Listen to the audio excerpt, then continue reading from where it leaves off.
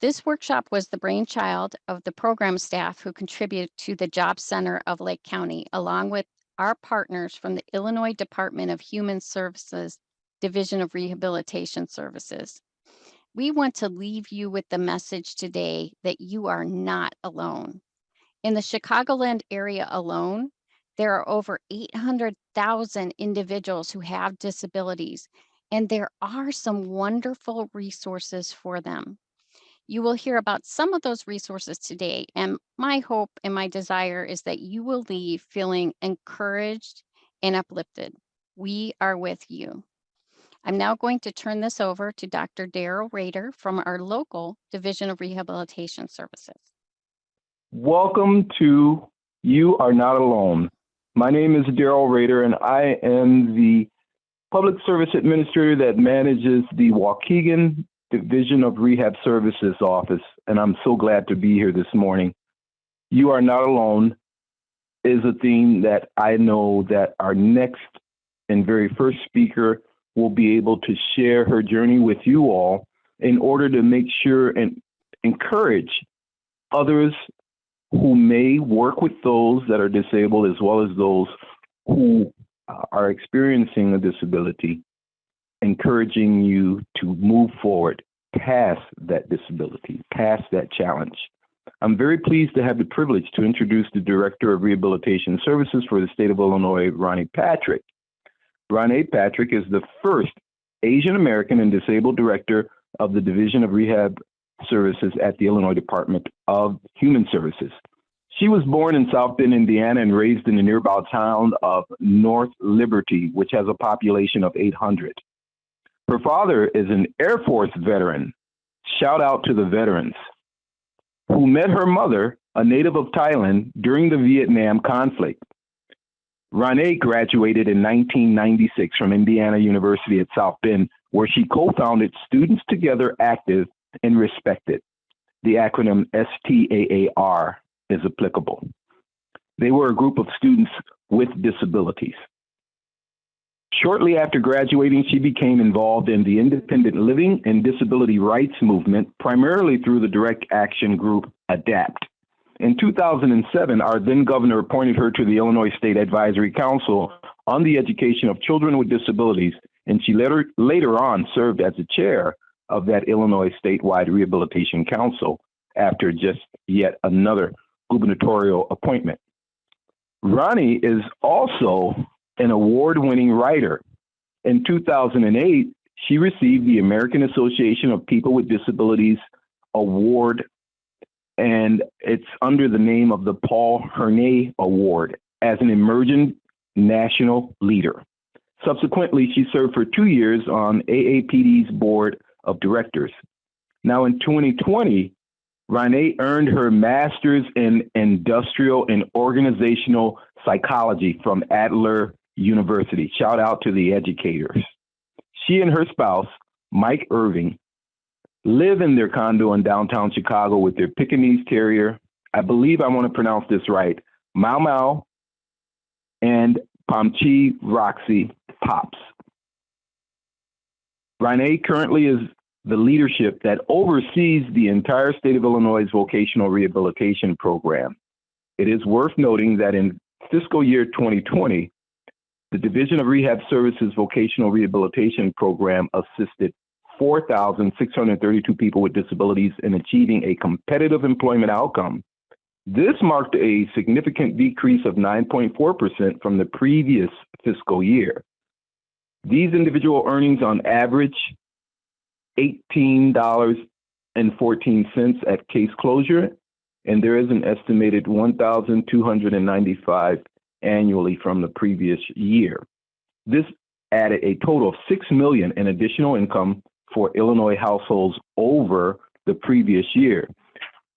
She focuses and makes sure that our offices are on target for inclusion through the order of selection, special programs, and education programs that will allow for establishment of tracking and benchmarks for those programs of our current focus. With this data and that of historically underserved communities, DRS can then examine each aspect of our service and seek to continuously improve upon that. In addition, Rahnee steers DRS through the proverbial ship that she has her hands on the wheel of, with a focus to increase equity among the workforce by parlaying the Workforce Opportunity and Innovation Act into practical outcomes that benefit those with disabilities.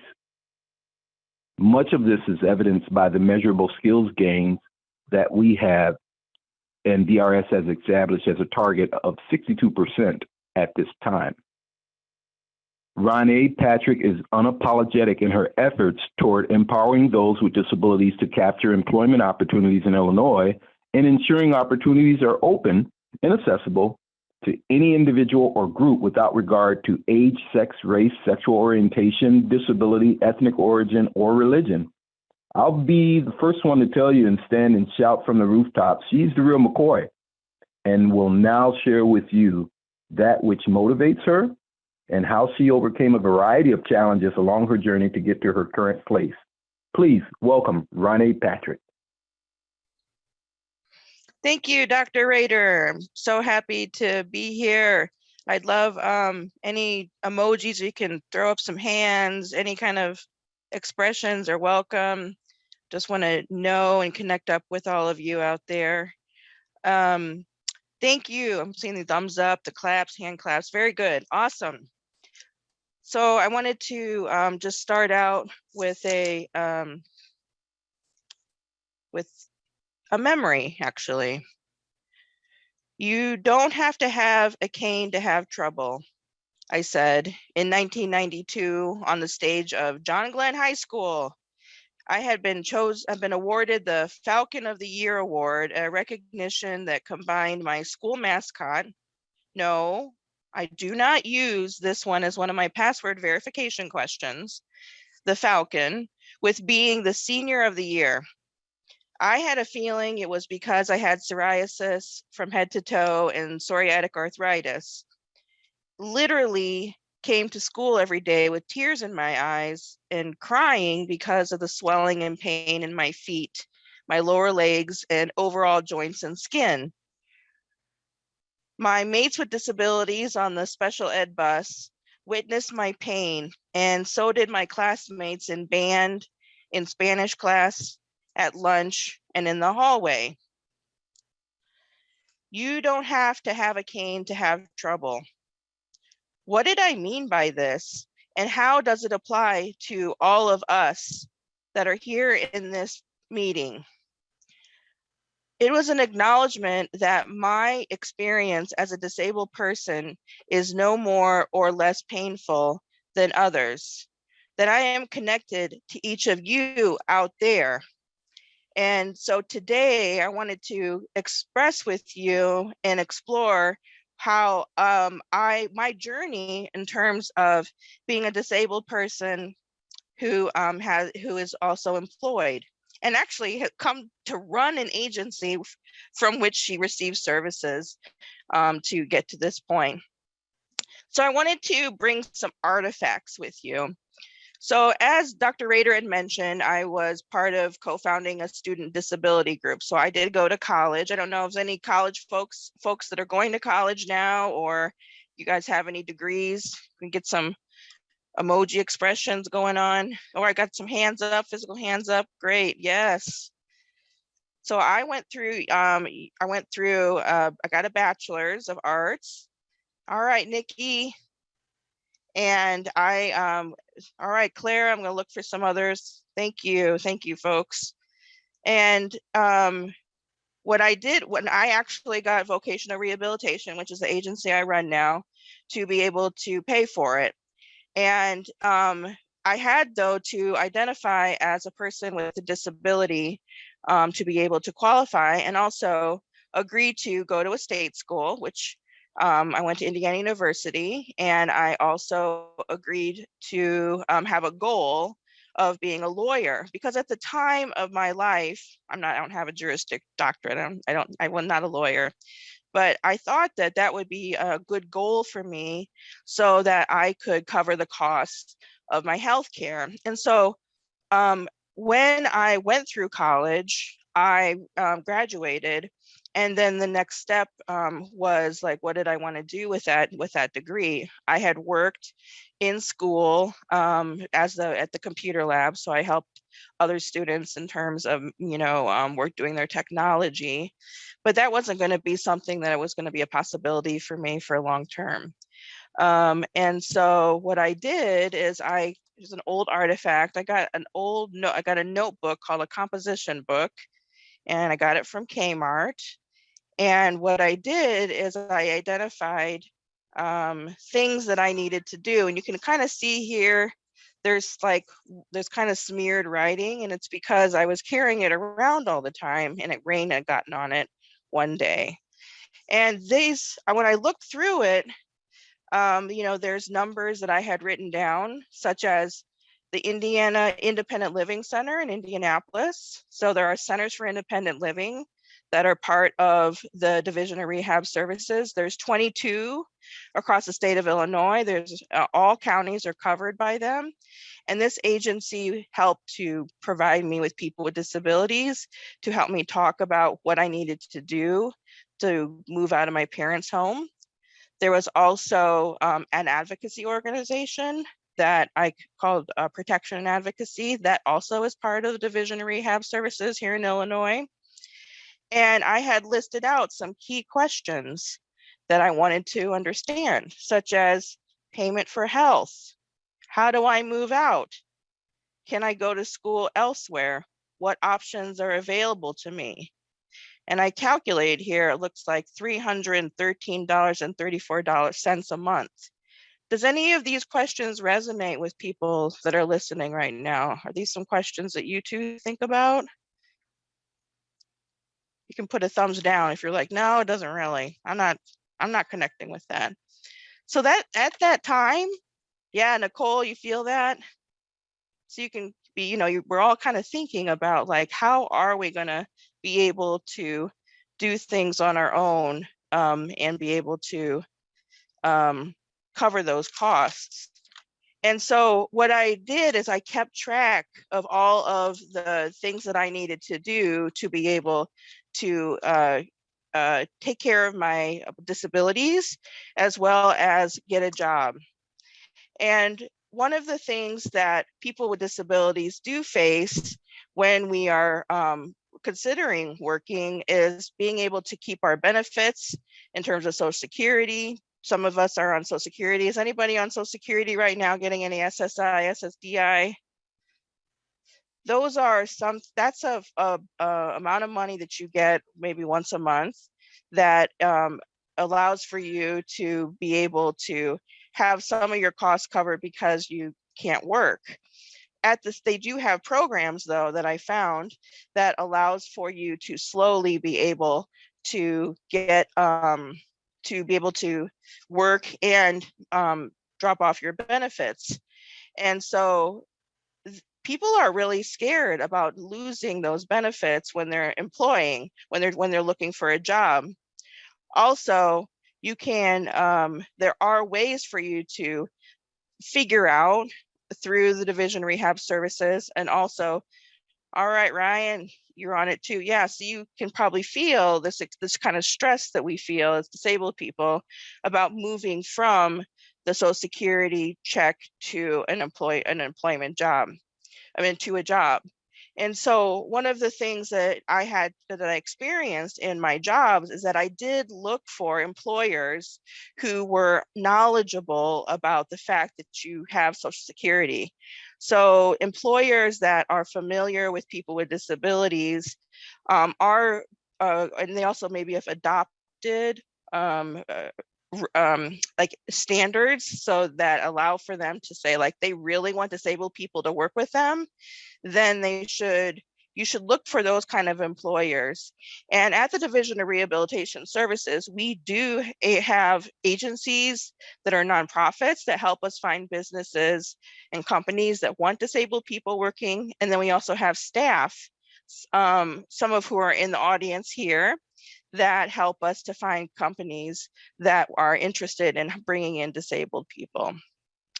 You also, I also have met in my role at Rehab Services with other disabled people. And one of the concerns that we have, and I had, is that people with disabilities are concerned about how am I going to get to my job. And so that is something that had to be included in my book about how am I going to be able to transport my wheelchair and get it to my job. And in fact, in one of my first full-time jobs, I kept my wheelchair at the office.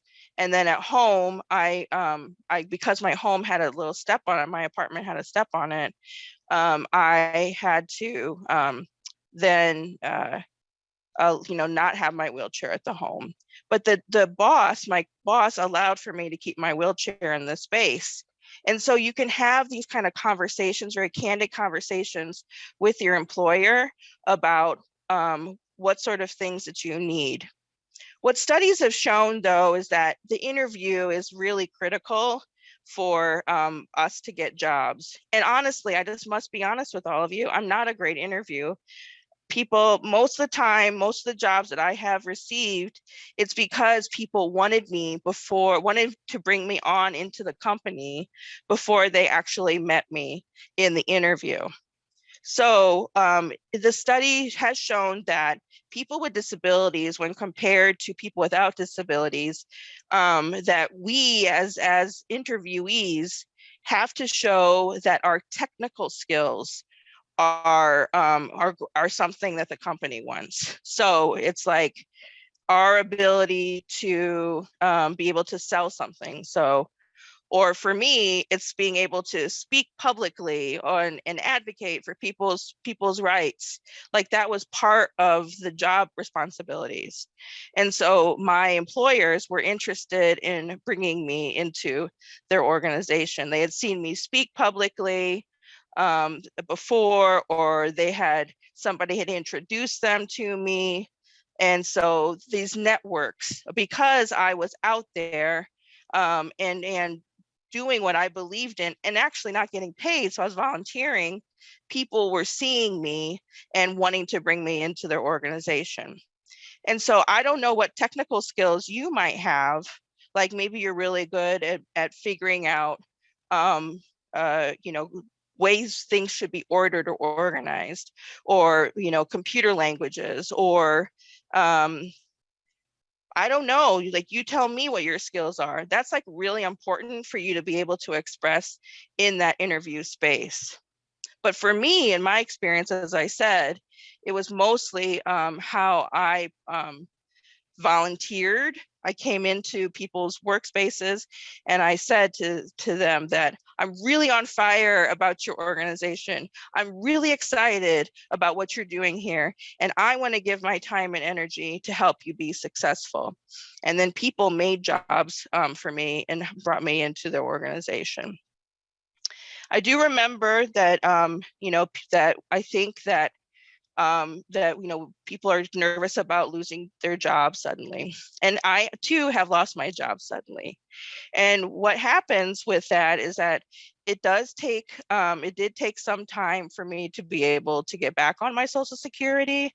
But that by the time I was able to get that restarted, a driver I went to physical therapy, and the owner of the physical therapy van company remembered me from my old job.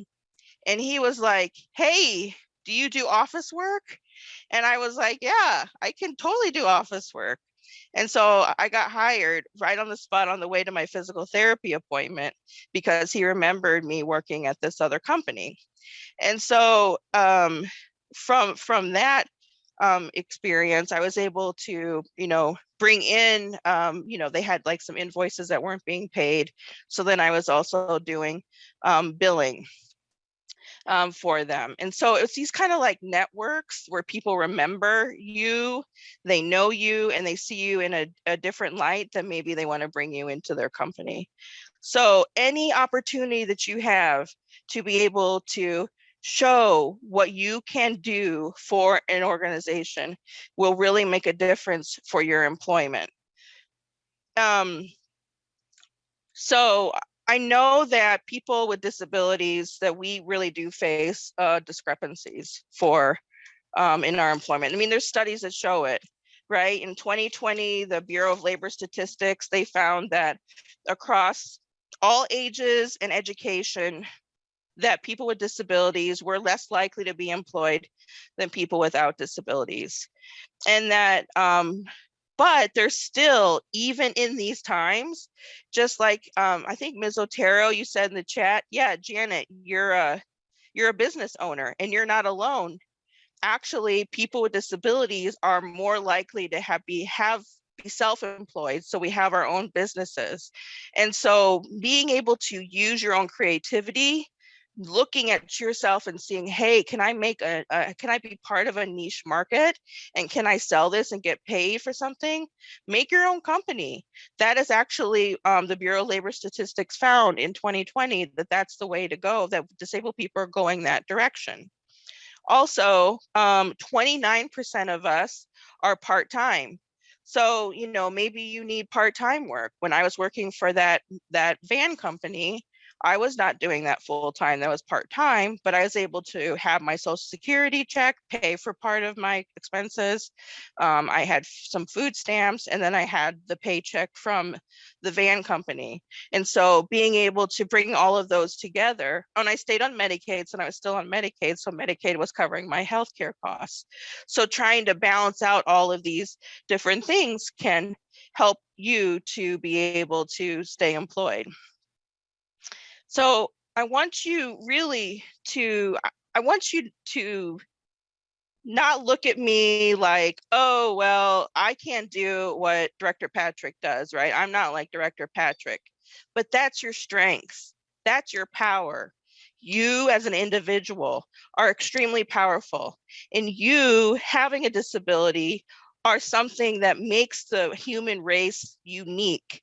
It makes us diverse. Without disabled people, we are not going to be able to evolve into future generations. And so it's really, really just an essential component.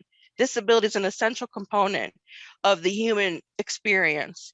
And so please, if you can recognize how powerful and how necessary you are to the world, I would encourage you to put it out there and be able to make a difference for people like myself, for people that are on this call, and for people that were on my school bus.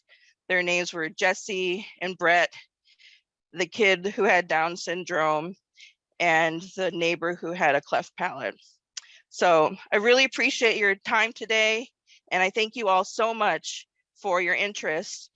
And no, I just want you to know that I'm here, and you definitely aren't alone. Thank you very much.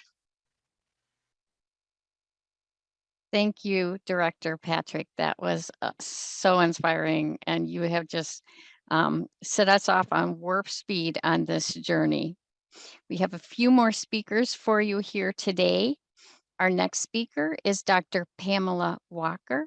Pamela, take it away. Thank you, Eva. Good morning, everyone. I'm here to speak with you this morning regarding strategies relevant to transitioning back into the employment world, and how to be successful at a new job is where we'll start. So congratulations. Let's assume that you've accepted a new position, and now it's time to prepare for your first week of employment. Developing a transition plan will be critical to your success. So we have 10 steps to ensure a great start for your new position. The first one is to dress up. Dress up to make a good impression and ensure you're meeting the company's dress code. You can consider wearing a dress shirt or a tie or a pantsuit with Oxford, a dress or pantsuit with flats or sensible heels. If everyone around you is dressed more casually, you can adjust your clothing choices on later days. You can also take off your tie or jacket later in the day if it seems appropriate. We encourage you to plan your commute in advance. When you drive or use public transportation on your first day of work, you may not know exactly how long the commute will take.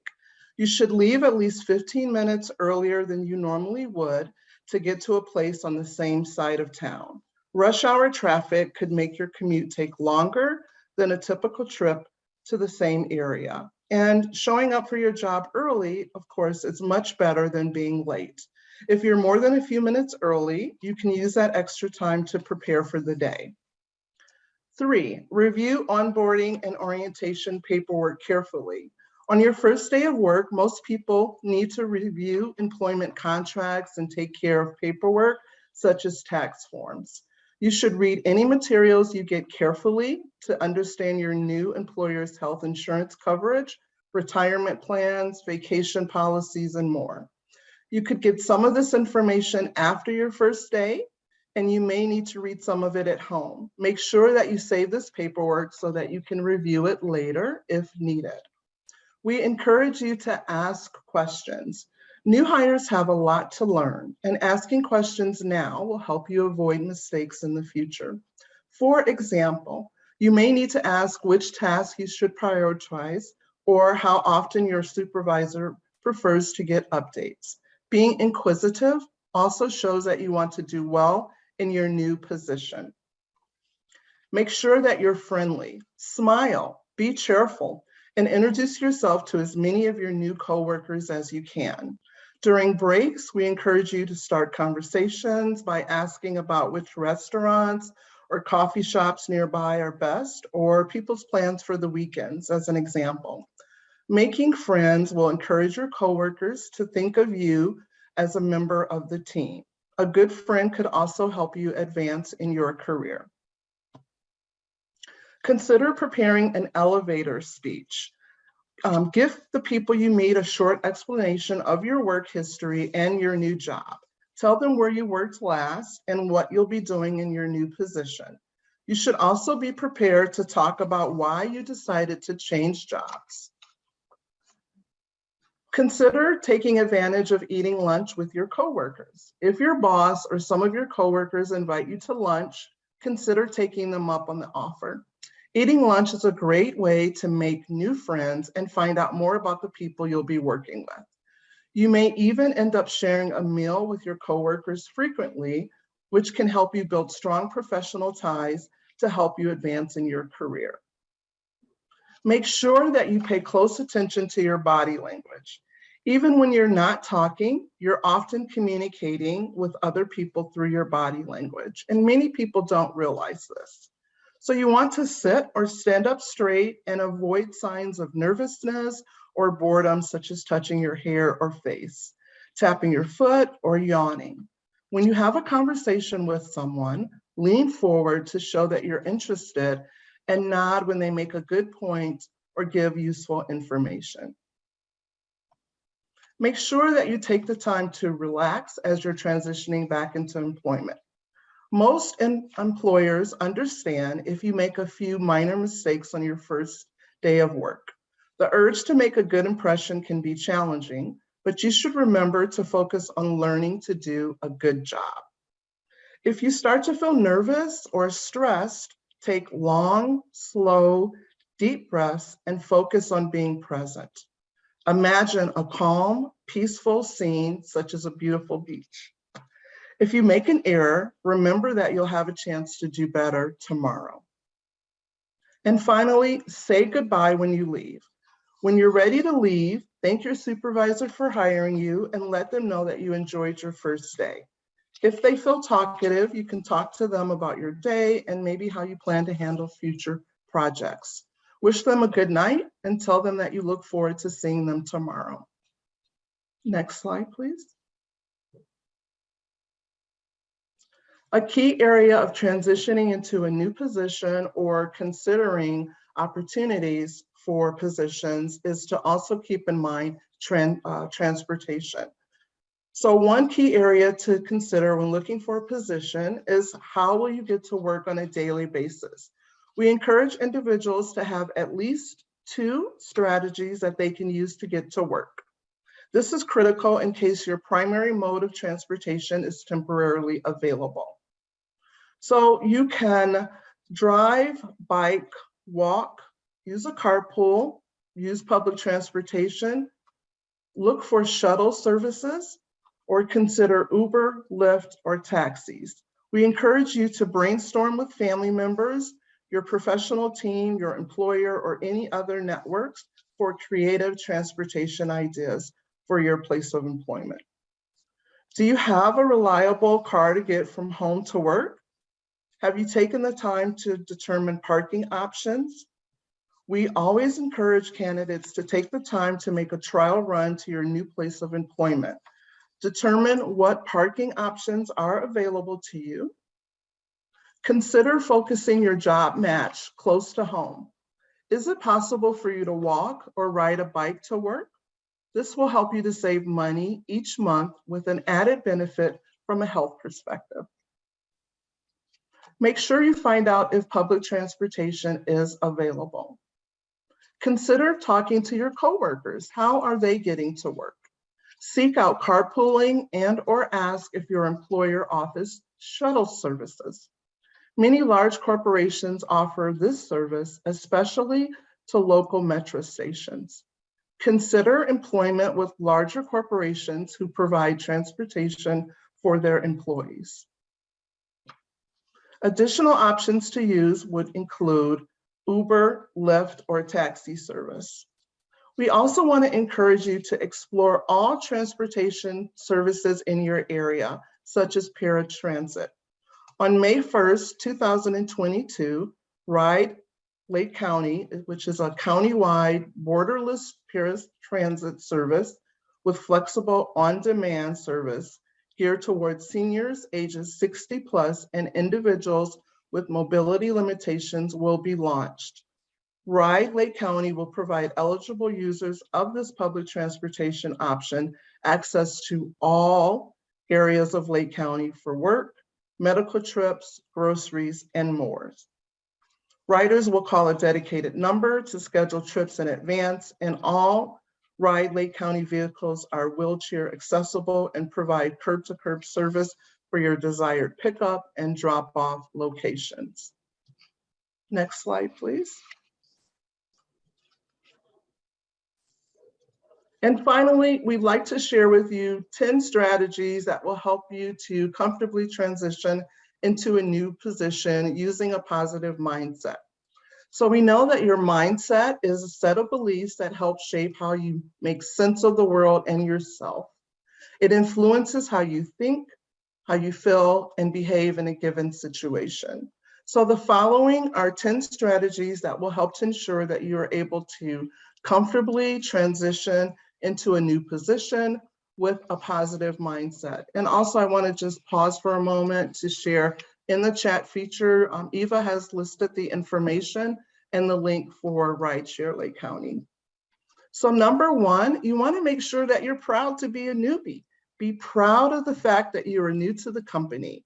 Accept the challenges that come from being new and don't hesitate to ask for help. People often want to help others, and everyone understands what it feels like to be the new person. Keep in mind that your coworkers are not mind readers. If you need help, make sure that you ask for assistance. Make sure that you take the time to organize yourself. Nothing is more important than having a good relationship with your boss and having all of the materials that you need in order to perform your position. Work to understand what the expectations are of you and take the time to ensure that you have all of the tools and the resources needed in order to do a great job. Maintain a positive outlook. Understand that nothing can wreck your career quicker than having a negative attitude. Don't be a whiner and complain about the tasks that you're asked to complete. A positive attitude brings positive energy. Make sure that you try to adopt a learning mindset. Whenever you're joining a new company, the employer does not expect you to know everything. They are expecting you to be a self-motivated person and have the willingness to learn. Try to understand the what, why, and how of the process and work that you're asked to complete. Whenever possible, do your own research before asking for help. You may be able to discover the directions that you need to complete a task with the tools that you were provided during your first few days of work. Please remember, acknowledge your errors, fix your errors, and learn from your errors if there are any. Always adapt a learning mindset. We encourage everyone to work to create a strong work ethic. Work ethic in simple terms really is how you approach your work. Demonstrate by arriving to work early, be punctual to meetings, show that you have respect for your colleagues, show that you are dependable and that you're focused on your goals. Have a strong work ethic and people will see you as a person that has made a commitment to the company and that you are developing as an asset for the company.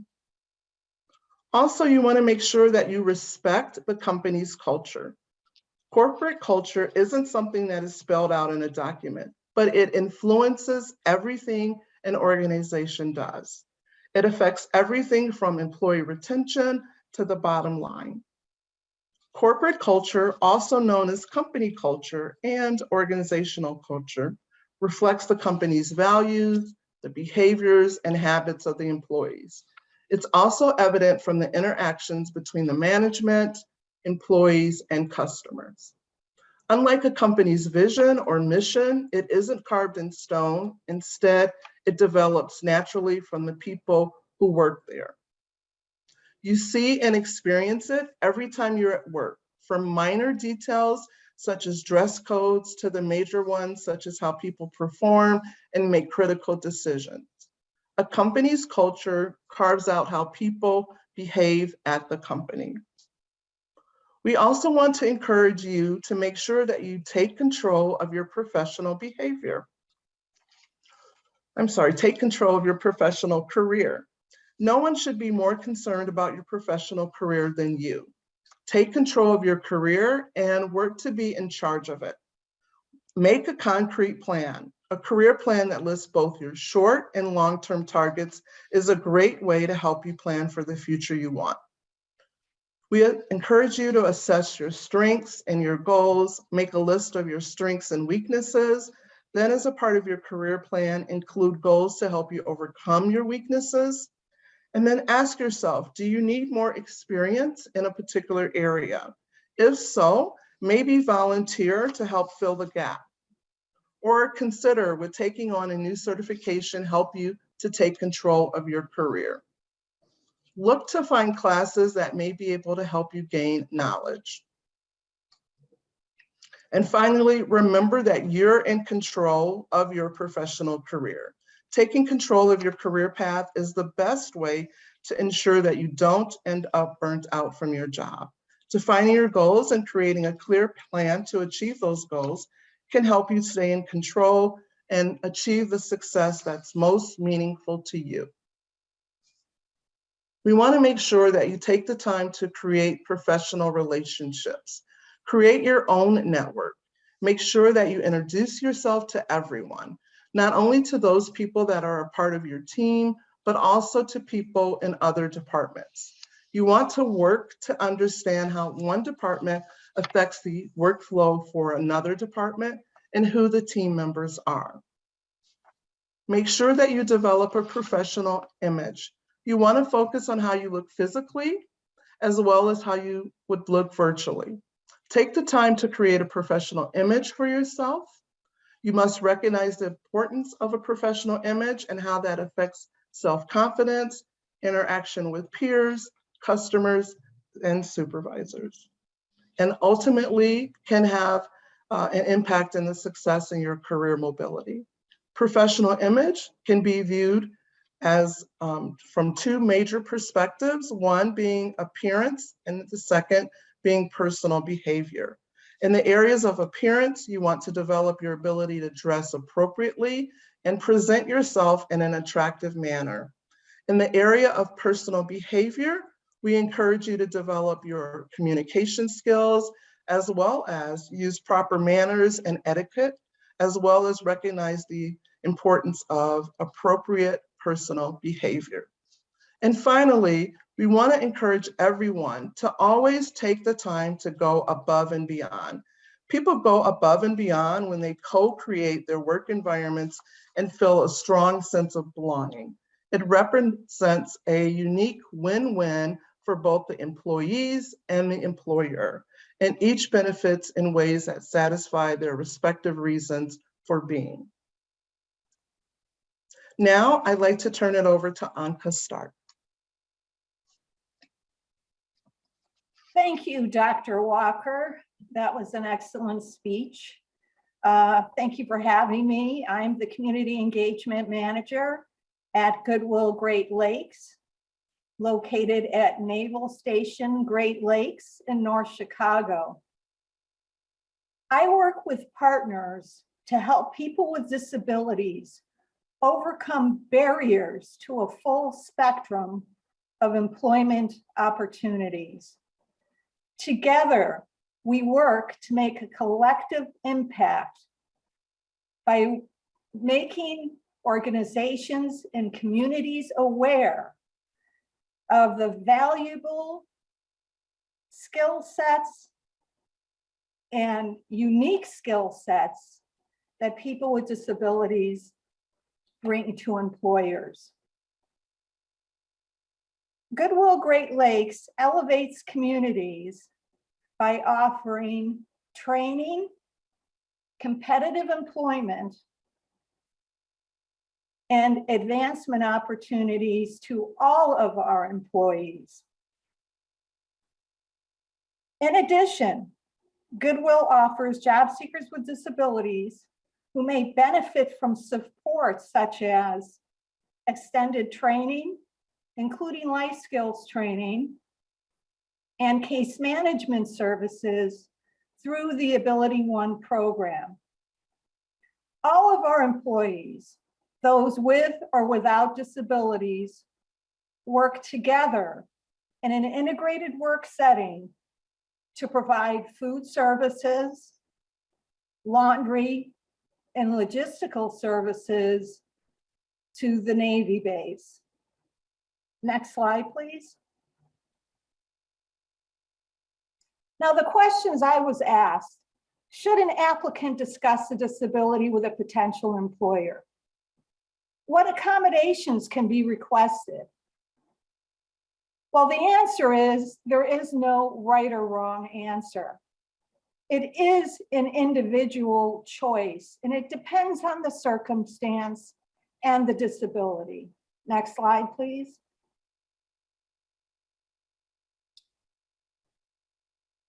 Now, the 1990 Americans with Disabilities Act, or the ADA law, makes it illegal for employers to discriminate against qualified job applicants or employees with either mental or physical disabilities. In addition, the ADA requires employers to make reasonable accommodations for employees or candidates with disabilities. Next slide, please. The first thing you need to do is research the organization that you would like to apply to. Ask the question when you research the websites: does the employer take a diversity and inclusion stance, including a disability-friendly environment?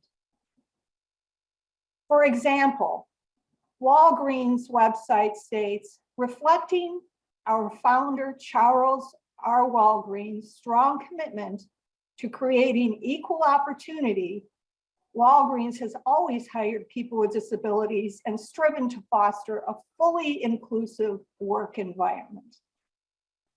That is an organization that supports people with disabilities. Abbott Laboratories, it shows their website here, strives to be the best-in-class network supporting people with all abilities within Abbott. We are here to empower people with disabilities to reach their full career potential. Now, I had to add in Goodwill, of course, because I work for Goodwill. And I wouldn't work for an organization that I do not believe in their mission. As a social enterprise, diversity and inclusion are part of the fabric of Goodwill.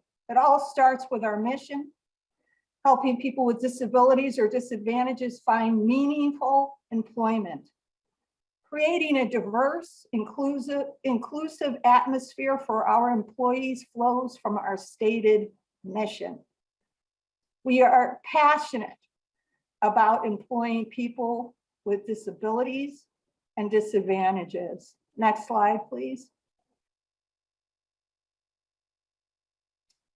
Now, there are many types of disabilities. There is attention deficit or hyperactivity disorders, blindness or low vision, brain injuries, deaf and hard of hearing, learning disabilities, medical disabilities, physical disabilities, psychiatric disabilities, speech and language disabilities. Next slide, please.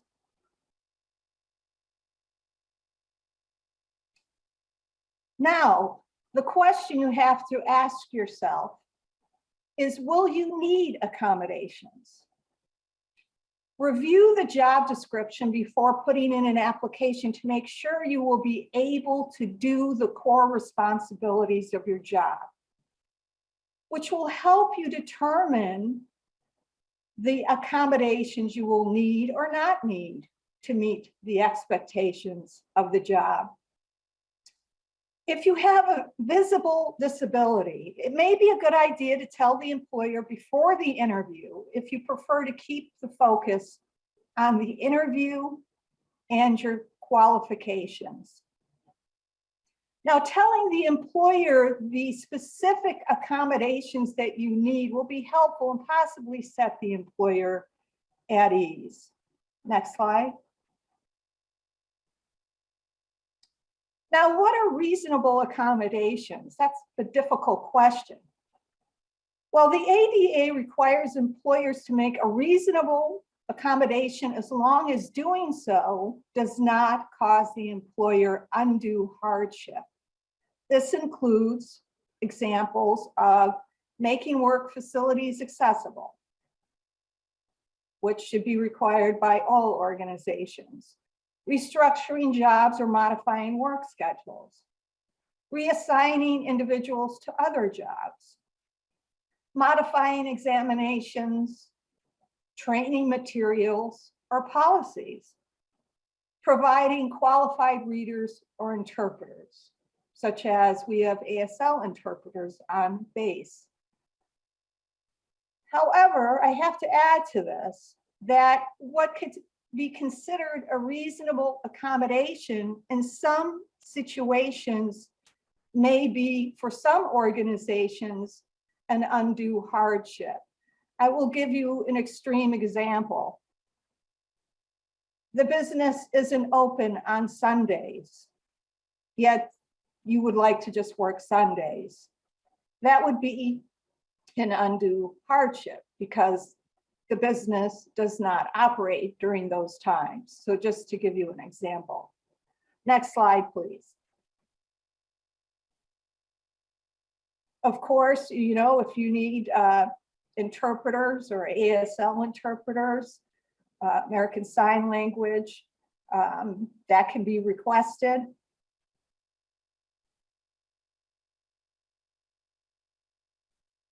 Now, when I do direct outreach, the majority of the people that I meet, probably about 95% of them, have hidden disabilities. I cannot tell by looking at them or talking to them if they have a disability, which makes it difficult for people with hidden disabilities to determine when they're looking for a job, whether or not to disclose their disability.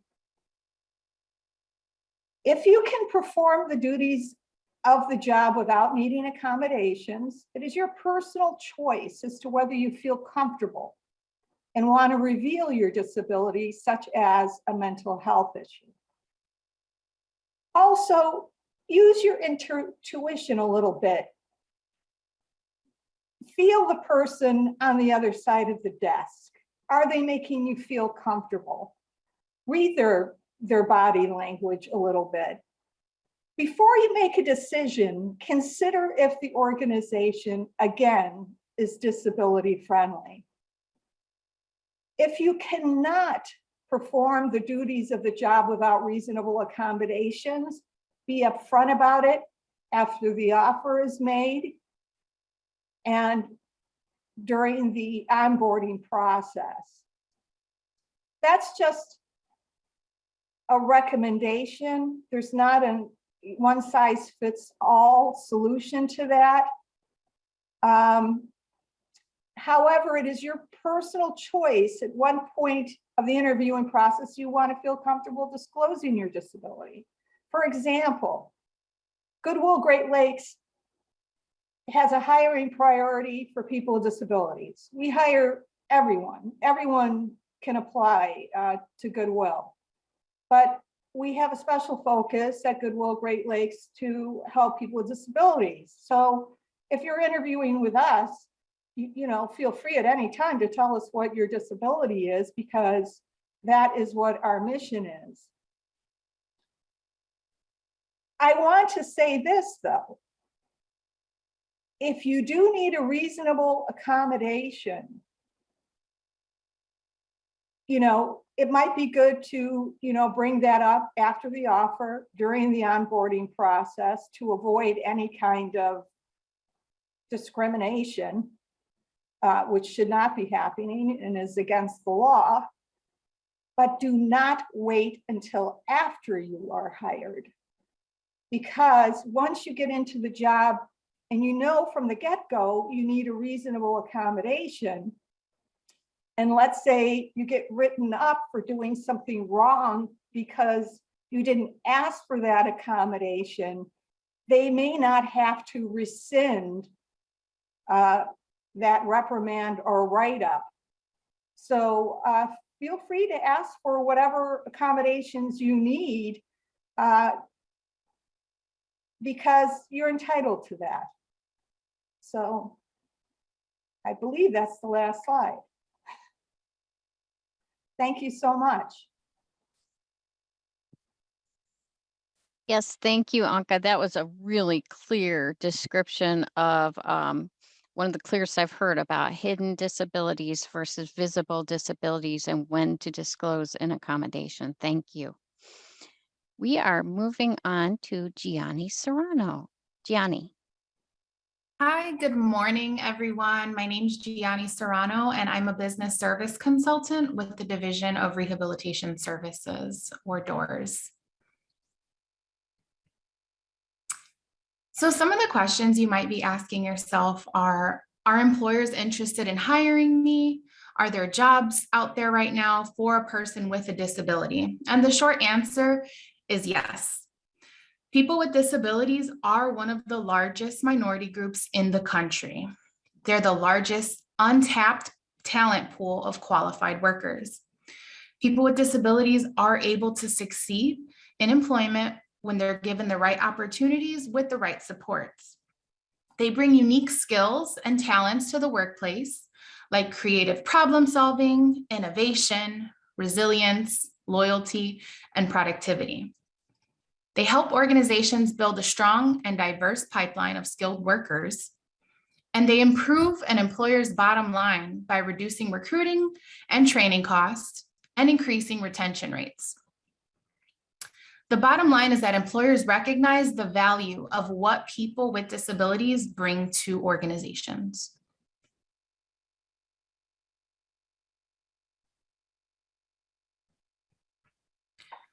So this past October, the theme for National Disability Employment Awareness Month was America's Recovery, Powered by Inclusion.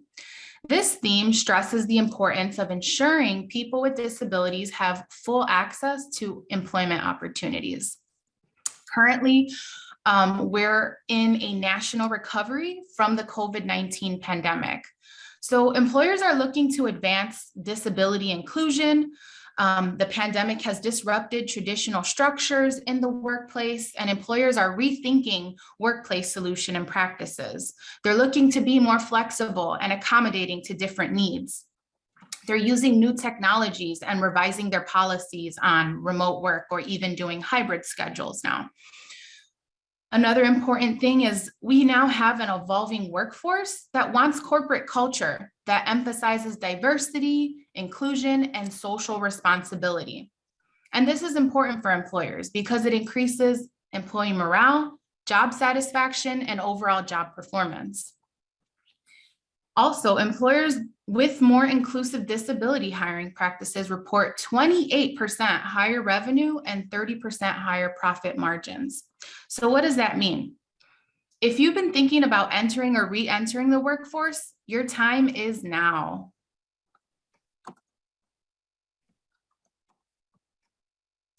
So the Illinois Division of Rehabilitation Services is the state's lead agency serving individuals with disabilities, where we focus on the ability and not the disability.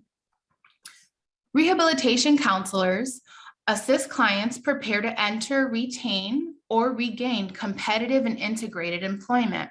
By competitive, we're talking about at least minimum wage or higher. And by integrated, we mean people with disabilities that are integrated and working with people that do not have disabilities. Rehabilitation counselors communicate the resources and options that are available to assist customers in making informed choices about employment goals. Business service consultants like myself partner with employers throughout the state to make sure that businesses have the workforce they need to keep them competitive. We help them build a more disability inclusive workplace and match their needs to the interests and abilities of our customers. We work together with employers and counselors to assist customers with direct placements into the competitive and integrated employment. So with the Division of Rehabilitation Services, we like to stress that not all disabilities are visual. Common hidden disabilities include stroke, diabetes, heart disease, asthma, lung, respiratory problems, injuries that may have been sustained from accidents, recovering from various addictions, mental illnesses, including depression and arthritis.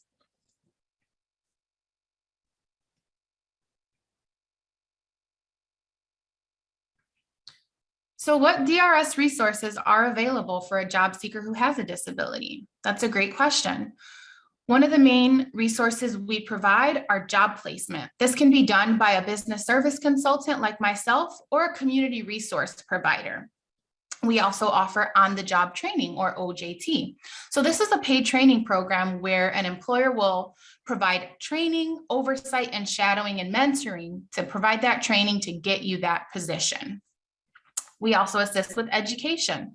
This can be post-secondary or vocational. So depending on your goal, doors can pay for education. And as Director Patrick mentioned, it could be for law school, it could be for a GED, it could be for an associate's. It can also be for vocational programs like a CDL.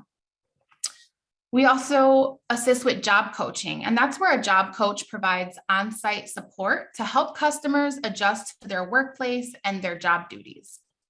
We also assist with assistive technology. That can be any item or piece of equipment that's used to increase, maintain, or improve functional capabilities of an individual with a disability.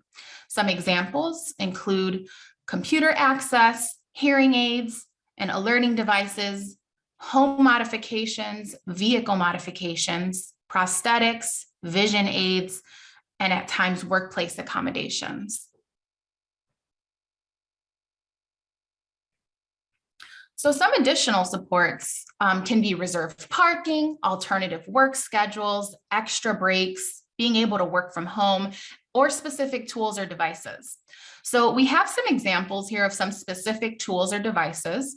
If someone has seasonal affective disorder, they can use a lamp that can assist with that.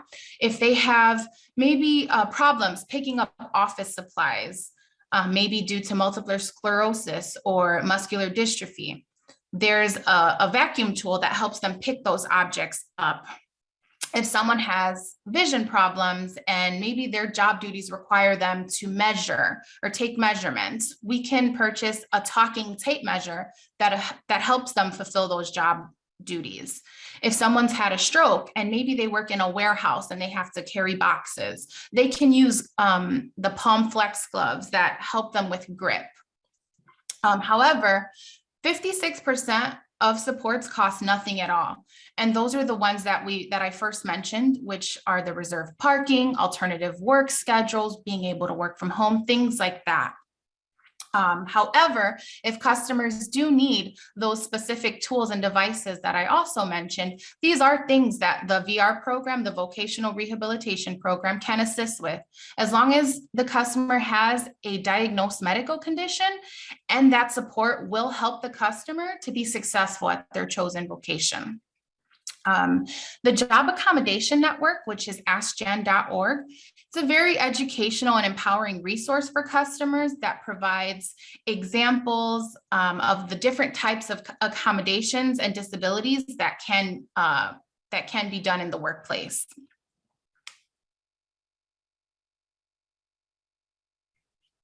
And so I've also provided some links here that will be included in the flyer later on.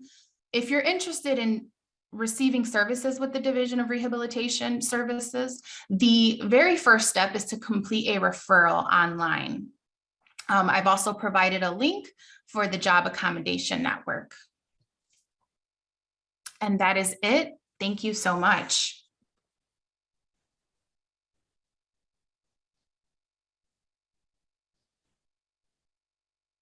Thank you, Gianni. My name is Rahnee Grant, and I am the Career Resource Specialist at the Job Center in Lake County. I would like to share information about the resources and services that we offer at the Job Center. We offer career assistance and employment services. We have partnered with 13 other organizations who provide integrated services to the community. We help job seekers connect to job opportunities.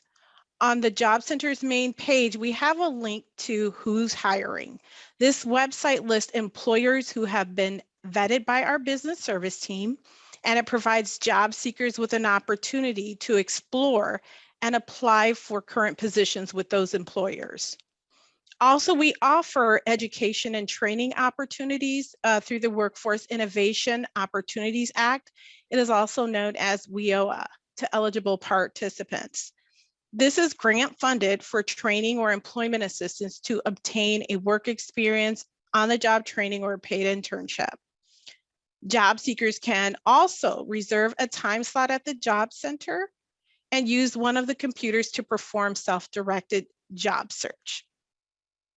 The Job Center is available to help individuals navigate to and apply for services offered by our partner organizations, such as the Energy Assistance Program, Family Emergency Assistance, Public Assistance, and the Public Housing Voucher.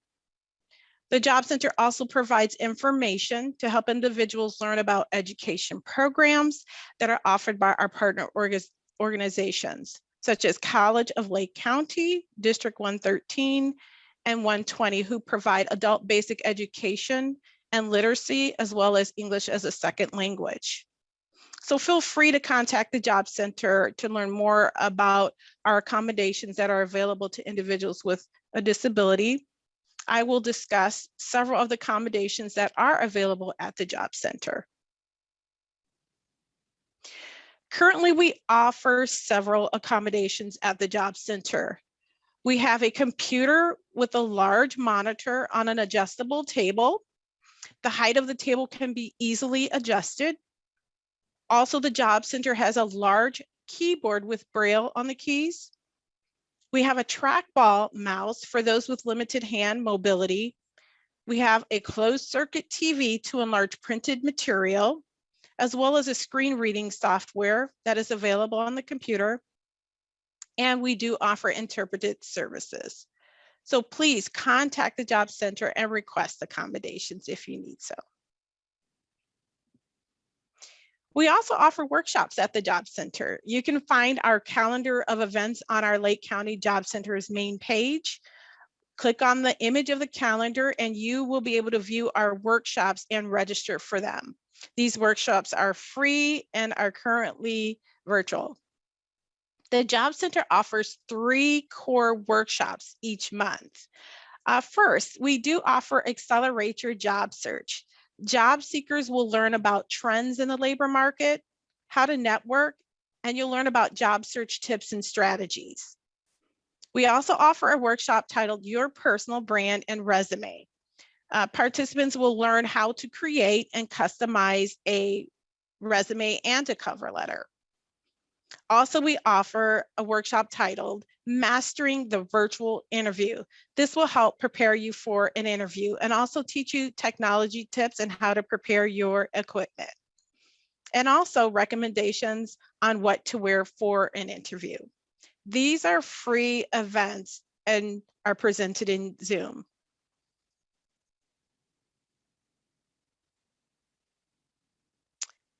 There are multiple ways for you to stay connected with the Job Center and receive updates.